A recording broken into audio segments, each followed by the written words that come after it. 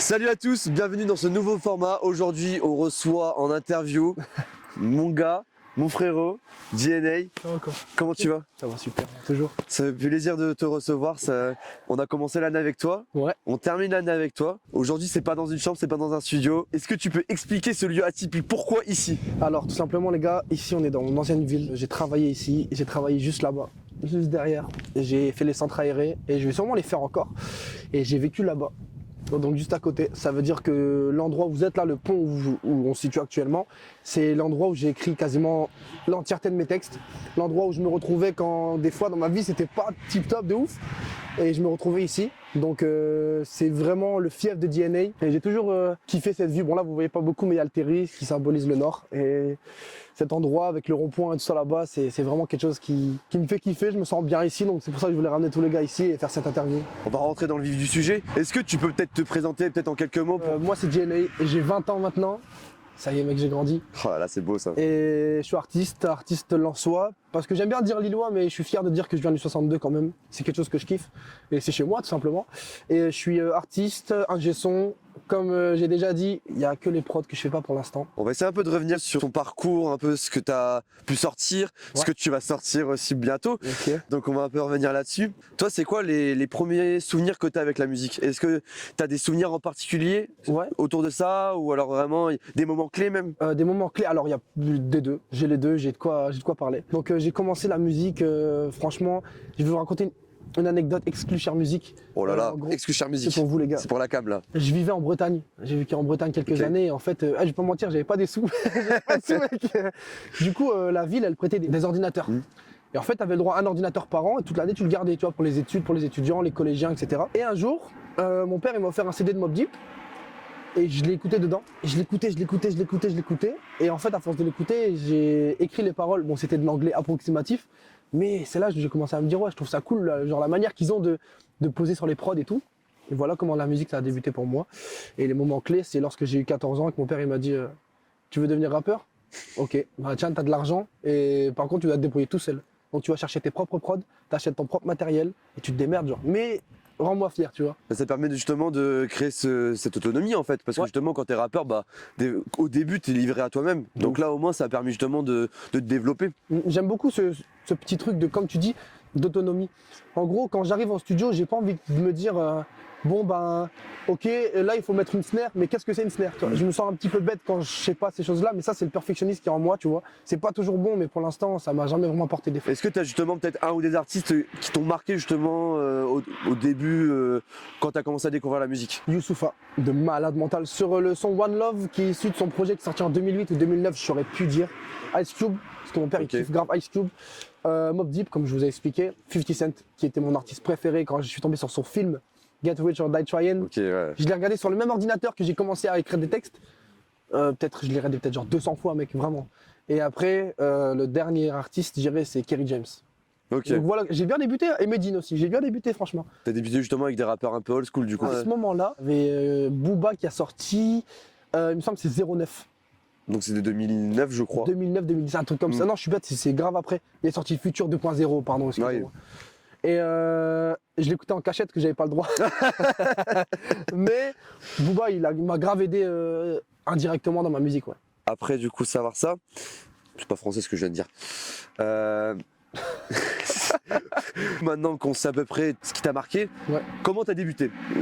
Comment DNA a été créé? Déjà pourquoi aussi ce pseudo? Quand est-ce que t'as commencé justement à faire du son? Donc déjà DNA ça veut dire ADN, donc en anglais ça veut dire que c'est dans mon sang en fait. La musique ça a été transmis comme mes cheveux, comme la couleur de mes yeux, c'est dans ma génétique en fait. Au vu de la famille que j'ai, tu vois, mon père artiste, ma soeur artiste, mon autre soeur qui a jamais été vraiment dans ce truc artistique là, mais qui a toujours soutenu le reste, tu vois. Et DNA, comment il a commencé? Deuxième exclu Cher Musique. J'avais 16 ans, pendant le confinement. Et en fait, à l'époque, c'était la petite mode des freestyles sur Instagram, une minute de rap, etc. Et je faisais une minute de rap dans la Fiat 500 de ma mère, juste là-bas. Là. Ah ouais. Et c'est pour ça que je le conçois ici aujourd'hui. Et je parle à tout le monde, les gars. Derrière, même à tout étage, je parle à tout le monde. Genre, DNA, ça a commencé dans une voiture sur le parking là-bas. Après, ça a commencé tout doucement avec le matériel. Des mix dégueulasses, des TikTok. Un son, une minute avec moi. Puis après, on a continué, on a progressé, on a essayé de travailler l'image. Je me suis bien entouré. toi, mes parents, mes gars qui sont autour aussi. Et DNA, il a prospéré, je dirais, plus, tu vois. Maintenant, DNA, il a été créé et là, il a prospéré. Et t'as quoi comme retour justement sur tes premiers morceaux? Sur les tout premiers morceaux que j'ai sortis? Les tout premiers justement, notamment BP, je crois que c'est ça? BM. C'est BM. Ouais, Par exemple, même BM qui est un ancien son que tu avais sorti en 2020. En 2020. Tu t'en fais quoi par exemple comme bilan là-dessus aujourd'hui? Bilan là-dessus, le morceau il a percé. J'ai fait je crois 30 000 streams, j'ai dû faire 70 000 vues sur Twitter. Sur une vieille vidéo dans ma chambre là-bas aussi, mais tu te dis tout a démarré ici. C'est pour ça, c'est un lieu symbolique. C'est ça, c'est beau. Et maintenant, le constat que j'en fais avec les années, c'est que j'étais vraiment nul, mec. J'étais vraiment poncé. Après, il faut commencer quelque part, ça. tu vois. Mais j'ai toujours eu cette envie de travailler. Je pense que c'est ça qui a fait que j'ai progressé aussi vite. C'est que j'ai toujours eu ce côté déterminé, tu vois, et déterminant aussi, également. Parce que j'ai beaucoup aidé les gens, et les gens m'ont beaucoup aidé, parce que j'ai jamais eu peur de montrer ce que je faisais. Déjà, quand j'avais 14-15 ans, genre, il y a des gens, et d'ailleurs, c'est comme ça que j'ai rencontré BRP, il y a des gens qui ont fait écouter des prods, genre des sons à moi, pardon, à ma prof, tu vois. Et j'ai jamais eu honte de dire, ouais, c'est DNA, c'est moi. Non, c'est moi qui ai fait ça. Tu vois. Donc voilà comment tout ça a débuté, comment tout ce truc-là, cette aventure, parce que c'est une réelle aventure, mec. Et je cherche, c'est comme ça que ça a commencé, tu vois. Je suis à la recherche. Et aussi pour SO, BRP, c'est justement, si on peut le dire, c'est celui qui a fait l'approche justement du freestyle 8 de ZKR. Ouais. 8 de ZKR. Mec, incroyable ce gars. Il a fait des sons, franchement, BRP, frérot, si tu m'entends, et Snake Beats aussi. Si vous m'entendez, big cœur sur vous, je vous kiffe de ouf. Et en fait, BRP m'a rencontré comment? En gros, sa copine, elle était dans ma classe, mais à un niveau au-dessus. Genre, elle était en terminale, moi j'étais en première. Et il y a une meuf de ma classe qui a fait écouter le morceau à la prof. Et elle était derrière, en cours. Hein. Elle a mis le morceau à dire, regardez madame, c'est Iliane, pour essayer de m'afficher un peu, je sais pas dans quel but elle l'a fait. Et la copine de BRP était derrière. Et puis, elle en a parlé à son copain. Et le soir, je rentre chez moi. Et je vois un mec, beatmaker or, qui m'envoie un message. Et il m'a vendu une prod. Et il m'a dit, toi, tu vas aller loin. Et depuis, c'était en 2019. Ah ouais, donc ça fait 4 ans. Ouais, parce que BM n'était pas encore sorti. Et maintenant, eh ben, on est toujours aussi potes. C'est fou. Il me suit toujours autant dans la musique. Puis il est toujours à côté, quoi. C'est fou. C'est incroyable. Pour avancer maintenant aussi encore un peu dans le temps, tu sors en 2022 ton premier EP Flou. Ouais. Ensuite, en juin, tu sors Explorer, ouais. Ton deuxième projet. Avec du recul, t'en fais quoi comme bilan là-dessus aussi également? Est-ce que justement, t'es content de ce que t'as pu sortir? T'es content encore des morceaux qui sont présents sur les projets? T'en tires quoi justement comme bilan là-dessus? Alors, Flou, c'est un projet expérimental, en fait. Je voulais juste me tester. Et en fait, c'était incroyable. C'était incroyable parce que je l'ai fait dans cette chambre et je l'ai fait dans mon salon, comme les morceaux Argentique et Babyface aussi qui sont sortis au même moment. Et c'était incroyable cette innocence en fait, parce que j'avais aucun compte à rendre à personne. Je sortais ce que je voulais et j'avais toujours cette envie de prouver que je pouvais le faire en fait, tu vois. Et là, tu trouves que tu as encore des comptes à rendre à des gens, justement? Plus maintenant, je vais revenir juste après parce que c'est en lien avec Explorer. Explorer, c'est le deuxième projet, c'est un petit peu la concrétisation, si je ne m'abuse. Mais en vrai, ce projet-là, c'était du DNA plus abouti, avec un feat, avec Journey. Bisous à Journey aussi. Et donc en fait, c'était un feat. C'était un projet avec un feat. C'est quelque chose où les gens ils m'attendaient déjà un peu plus parce que j'étais déjà un petit peu plus installé. Et en plus, on est arrivé fort avec la release party. Donc les gens ils se sont dit, ok, là si le projet il est moins bien que Flou, il y a des questions à se poser, tu vois. Au final, on a fait mieux. On a fait quasiment le même nombre de streams, même si ce n'est plus. Et en vrai, c'était super cool, mec. Des expériences humaines et des expériences en fait avec le moi profond, en fait, tu vois. Donc c'était des expériences en tout point incroyables. En plus, Explorer, tu as pu justement faire plus de trucs. Parce que Flou, tu as sorti que sur les plateformes. Il n'y a pas forcément eu de promo autour. Ça, juste. Et là, pour Explorer, tu as eu des visualiseurs, tu as eu une cover qui a été travaillée. Tu as eu également une release party. Ouais. Justement, là, tu as mis plus de moyens sur Explorer. Est-ce que tu penses justement t'aimerais justement encore faire plus de trucs pour les prochains projets qui vont arriver C'est simple, sur Explorer, on est à 10% les gars. Que ce soit Share Music avec DNA ou juste nous en tant que personne, ou même avec les gens autour, on est à 10% maximum. Vous avez entendu? Maximum. DNA est encore sur Share Music bientôt. Hein. Ouais, exactement. Mais tu te rends compte quand même qu'on est à 10 putains de pourcents. Et c'est ça qui est incroyable, c'est qu'en fait, on va envoyer du feu comme pas permis, mec. Vraiment. Ce que je te dis, c'est que artistiquement, je vais y revenir après, mais j'ai tellement de choses à envoyer. En fait, j'ai envie de prouver cette année, tu vois. 2024, j'ai envie de prouver et montrer que Lille, c'est puissant sur la carte, tu vois. et encore plus que le 62 c'est puissant sur la carte. Parce que Lille c'est 59, nous on dit 62, ça veut dire que c'est encore une autre déclinaison, c'est encore quelque chose de différent. On va envoyer du très très lourd. C'est marrant parce que du coup tu parles de Lens et de Lille. Ouais. Est-ce qu'il y a des rappeurs justement qui viennent du 6-2 que tu connais? Mettez une pièce sur Wayzy. Wayzy qui est mon gars de ouf. Bisous à toi frérot. Une grosse pièce sur lui parce que c'est dingue mec. Est-ce que je suis en train de cook avec lui au studio? Que ce soit en duo ou tout seul, c'est exceptionnel. Hein. D'ailleurs, quelque chose, voilà, je vais rien dire pour l'instant, mais c'est très très puissant ce qu'il propose Wayzy. Ensuite, franchement, en vrai, il y a pas mal d'artistes, mais c'est plus sur Lille, ouais. C'est plus centralisé dans le 59 quand même. Dans le 62, il y a très très peu d'artistes, c'est pour ça que genre ce serait à nous de créer quelque chose, tu vois. Et en ce moment, tu as justement une effervescence en fait avec des rappeurs lillois. Je veux dire les plus connus, Bécard, Sto, BNPLG, ZKR et j'en passe. Est-ce que pour toi justement, en tant que jeune artiste, quand tu viens pas de Paname, c'est plus compliqué de justement essayer de se faire connaître auprès du grand public? En fait, je suis mitigé sur cet avis-là, sur cette question, parce que oui et non. En fait, quand tu viens de Paris, forcément les portes sont plus ouvertes, mais quand tu regardes tous les rappeurs de Lille, tous les rappeurs de Marseille, etc., au final, ils bougent tous vers la capitale. Un jour ou l'autre, regarde Bécard. Certes, Lille, c'est son fief, mais regarde hier, il a fait un concert où? À Paris. Tu vois ce que je veux dire? Parce qu'à l'heure où on tourne l'interview actuellement, Bécard il a fait son Bataclan hier. D'ailleurs, c'était chaud, j'ai vu les trucs, franchement, Bécard, lourd, très violent, pardon, même Sto et BNPLG, que ce soit sur le grunt ou quoi, déjà c'est très bon. Mais quand tu regardes, il y a toujours comme si, genre, comme la fameuse expression, tous les chemins mènent à Rome, j'ai l'impression que tous les artistes se mènent à Paris en fait. Mais à Lille, il y a tellement de choses maintenant, il y a tellement d'artistes qui peuvent créer quelque chose. D'ailleurs, genre la dernière fois, je voulais parler de Change. C-H-E-D-N-J, pardon. C'est un gars à moi et il est très très fort. Et il a sorti le freestyle crépusculaire et le morceau Go Crazy, qui sont pour moi dans le top 10 des meilleurs morceaux sortis par des Lillois cette année. Et je pèse mes mots. Donc Change, bisous à toi frérot. Mais non, il y a plein d'artistes qui sont très très bons et même sans passer par Paris, on peut faire quelque chose chez nous, quoi. Et tu te verrais justement collaborer avec justement des rappeurs lillois et même des rappeurs parisiens à l'avenir? Parce que Ouais. pour le moment, tu as collaboré avec Journey, c'est vrai qu'on en a pas reparlé, mais sur Explorer, Journey qui est un rappeur belge. Ouais, Bruxelles. Ouais. Wayzy du coup que tu as parlé, qui est du coup un rappeur du 6-2. Est-ce que justement plus tard on peut s'attendre à des collaborations justement avec des rappeurs lillois, rappeurs parisiens, pourquoi pas des rappeurs marseillais? Est-ce que c'est justement dans un de tes objectifs? Ouais, de ouf, parce qu'en vrai, à Lille, il y a pas mal d'artistes qui sont très bons. Sur Paris, Marseille, pareil. En fait, moi, je fonctionne grave au feeling. Si par exemple, je dis une bêtise, hein, demain, il y a un gars qui m'appelle. Moi, il y a un gars que j'écoute beaucoup, c'est Carmen. Anciennement Tortoise. Mais... Moi aussi, j'écoute Carmen, trop chaud. Voilà, tu vois. Donc, en fait, Carmen, le truc, c'est que si ce mec-là, demain, je viens parler avec lui, j'apprécie tellement ce qu'il fait que musicalement, c'est obligé de se faire.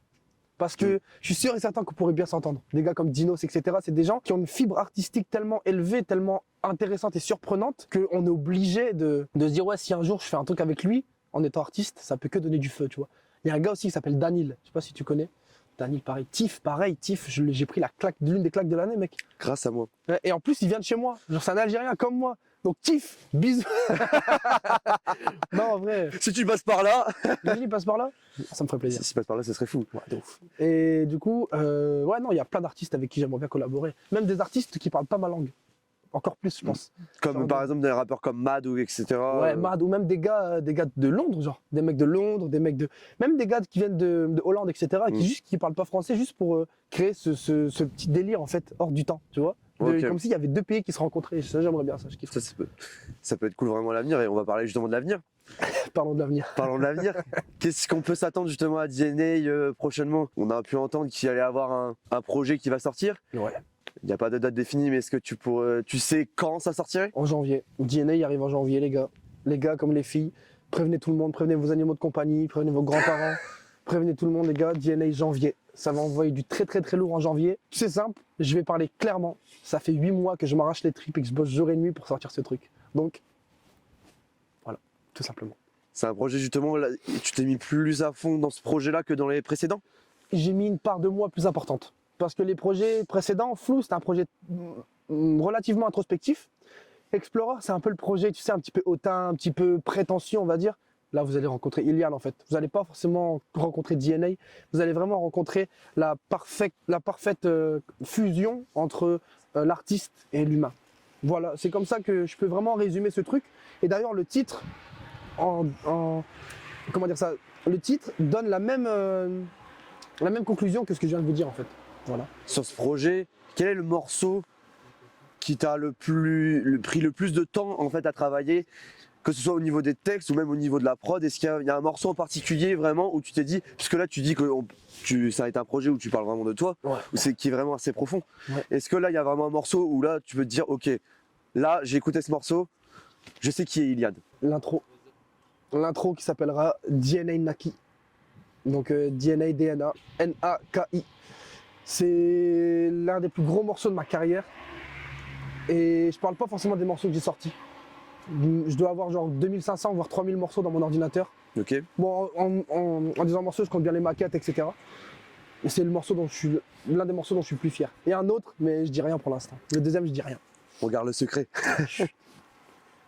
Et tu comptes justement aussi peut-être parce que un truc qui nous manque chez DNA, c'est des clips. Est-ce qu'il y a des clips de prévus? Est-ce qu'il y a justement d'autres trucs de prévus autour du projet? Si on peut se mettre quelque chose sous la langue avant le... Pour l'instant, ouais, il y a un clip, ouais. Il y a un clip qui va sortir. J'ai pas encore de date précisément parce que moi je pars du principe que plus on recule la date butoir, plus c'est travaillé et plus c'est réfléchi, plus on va chercher dans le mini détail et DNA c'est du détail, tu vois.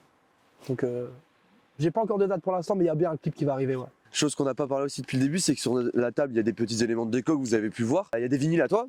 Ouais, j'ai ramené des vinyles de chez moi. Tu peux parler même peut-être de ces 3 vinyles, de ces 3 albums. En quelques mots, Ok. pourquoi ces vinyles sont importants pour toi? Qu'est-ce qu'ils représentent aussi pour toi? Ok, bon, j'y vais tout de suite. Je commence par le classique. Oh là là, classic shit. Illmatic de Nas. Oh là là, Incroyable. classic shit. Cet album, c'est simple. C'est la première claque que j'ai pris avec Mobb Deep, parce que je l'ai écouté la même semaine. Cet album-là, il est incroyable parce qu'en fait, je l'écoutais beaucoup ici, parce que je m'entraînais aussi beaucoup en bas. Je faisais du sport ici en bas. Et en fait, derrière, on voit le bâtiment de Nas avec sa tête.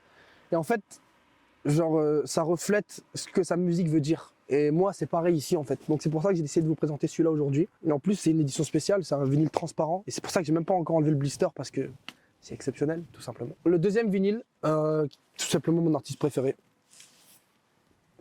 Dinos, Stamina. Pas son meilleur projet. Pas son meilleur projet, mais double vinyle. C'est quoi ton meilleur projet de Dinos?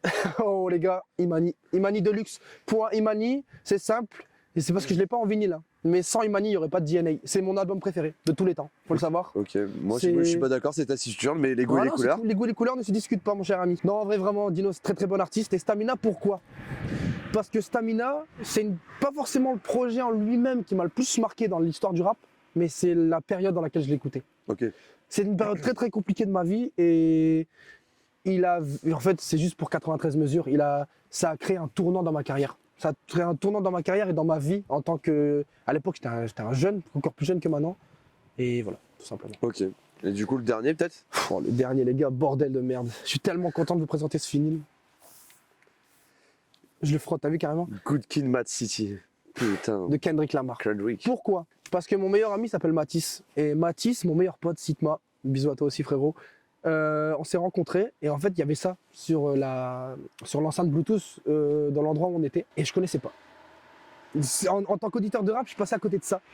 Et je me suis dit, c'est le moment, il faut te lancer. Et je l'écoutais d'une traite. Donc il y a des morceaux très très longs, hein, des morceaux de 12, 9 minutes, etc. Et j'ai tellement aimé ce genre de morceaux. Il représente son époque en fait.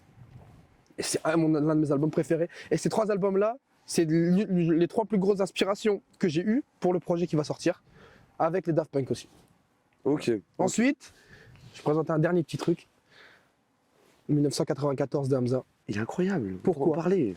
Les gars, il faut savoir quelque chose, c'est que ma mère, elle est très très importante dans ma vie. Ma mère, elle m'a sorti, mais elle a aussi sorti un artiste. Et un jour, ma mère, elle a écouté le morceau 1994. Donc ta daronne a écouté 1994. Avant moi.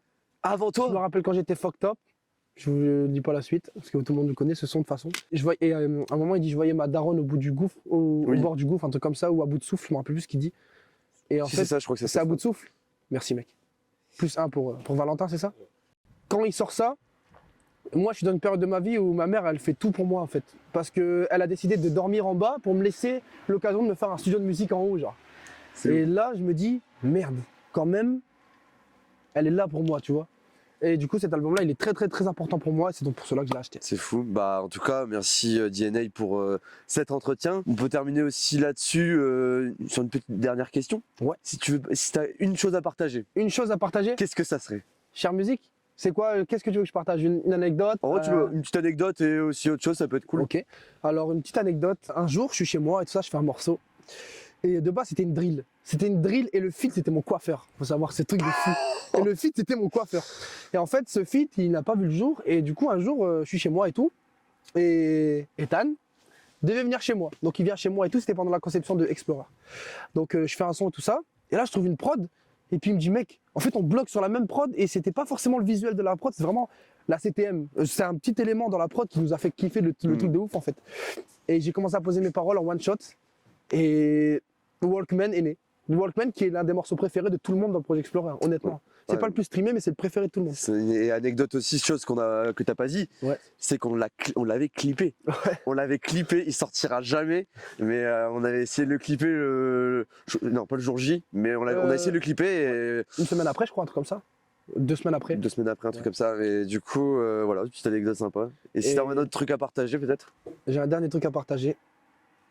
Rendez-vous en janvier pour mon nouveau projet qui s'appelle Le bien, le mal et l'art, qui est, entre autres, une phrase que mon père il m'a sortie. En gros, mon père il m'a dit, là je parle directement à la caméra, je parle aux éditeurs, aux gens qui nous regardent et tout ça. Mon père il m'a dit, Iliane, dans la vie, il y a des gens qui font du bien, il y a des gens qui font le mal. Mais en fait, ce qui est paradoxal, c'est qu'il y a des gens bien qui peuvent faire du mal et des gens mauvais qui peuvent faire du bien en fait. Mais il m'a dit, qu'est-ce qui peut regrouper toutes ces personnes? L'art. Donc en fait, l'art c'est vraiment quelque chose de très central qui peut regrouper tout le monde. Donc j'ai décidé de... C'est un gros big up à mon père aussi, parce que c'est grâce à lui que je suis là dans la musique aujourd'hui. Donc le bien, le mal et l'art. Rendez-vous en janvier 2024. Voilà. DNA pour l'hiver, du coup. Du DNA pour l'hiver. DNA, merci beaucoup pour l'interview. Merci à toi, mec. Force à toi pour la suite. Merci à tous, merci à l'équipe Chère Musique, merci à tout le monde. Et puis c'est grâce à vous, hein. Je le répète beaucoup, mais merci aux médias lillois et aux médias aussi arageois, aux médias du 62, du 59 de faire avancer les artistes. Parce que sans vous, on n'est pas grand-chose. Donc franchement, merci, merci, merci 1000 fois à tous. Merci à tous d'avoir suivi l'interview. On vous laisse sur une petite exclue. À la prochaine. Let's go!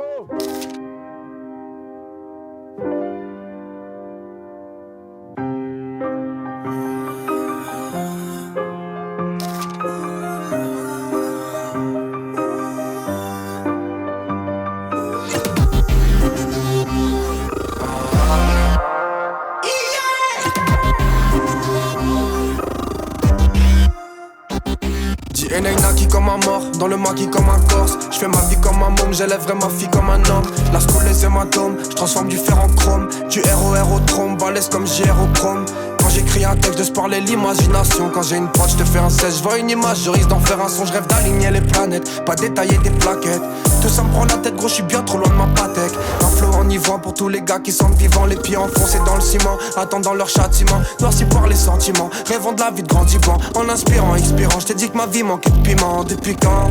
Question suivante, on est pratiquant. C'est pas très séduisant, tu brilles après le verre de trop. Moi je brille déjà depuis 10 ans. Sont bons qu'à agiter l'orbite comme si c'était un ver luisant.